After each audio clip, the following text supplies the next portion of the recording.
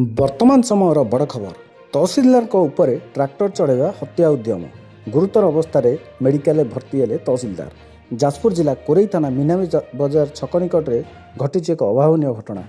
ଲଘୁ ଖଣିଜ ଲୁଟ୍ ହୋଇଥିବା ନେଇ ଖବର ପାଇ ଚଢ଼ାଉ ଯାଇଥିବା ସମୟରେ ବ୍ୟାସନଗର ତହସିଲଦାରଙ୍କ ଉପରେ ଟ୍ରାକ୍ଟର ଚଢ଼ାଇ ଦେଲେ ଦୁର୍ବୃତ୍ତ। ଫଳରେ ଗୁରୁତର ଅବସ୍ଥାରେ କୋରେଇ ମେଡିକାଲରେ ଭର୍ତ୍ତି ହେଲେ ବ୍ୟାସନଗର ତହସିଲଦାର ପ୍ରଶାନ୍ତ କୁମାର ପଣ୍ଡା। ସୂଚନା ମୁତାବକ ବ୍ୟାସନଗର ତହସିଲଦାର ଅଧୀନରେ ମିନାବଜାର ଛକ ନିକଟରେ ଥିବା ଏକ ପୋଖରୀରୁ ଖନନ କରି ବେଆଇନ ଭାବେ ମାଟି ଲୁଟ୍ ନେଉଥିବା କିଛି ଦୁର୍ବୃତ୍ତ ଏନେଇ ଖବର ପାଇବା ପରେ ବ୍ୟାସନଗର ତହସିଲଦାର ପ୍ରଶାନ୍ତ କୁମାର ପଣ୍ଡା ସହ ଦଳବଳ ନେଇ ସେଠାରେ ପହଞ୍ଚିଥିଲେ। ହେଲେ ମାଟି ଲୁଟ୍ କରୁଥିବା ମାଫିଆମାନେ ତହସିଲଦାରଙ୍କ ଉପରେ ଟ୍ରାକ୍ଟର ଚଢ଼ାଇ ଦେଲେ। ଗୁରୁତର ଆହତ ଅବସ୍ଥାରେ ତହସିଲଦାରଙ୍କୁ ଉଦ୍ଧାର କରାଯାଇ କୋରେଇ ମେଡିକାଲକୁ ଭର୍ତ୍ତି କରାଯାଇଛି।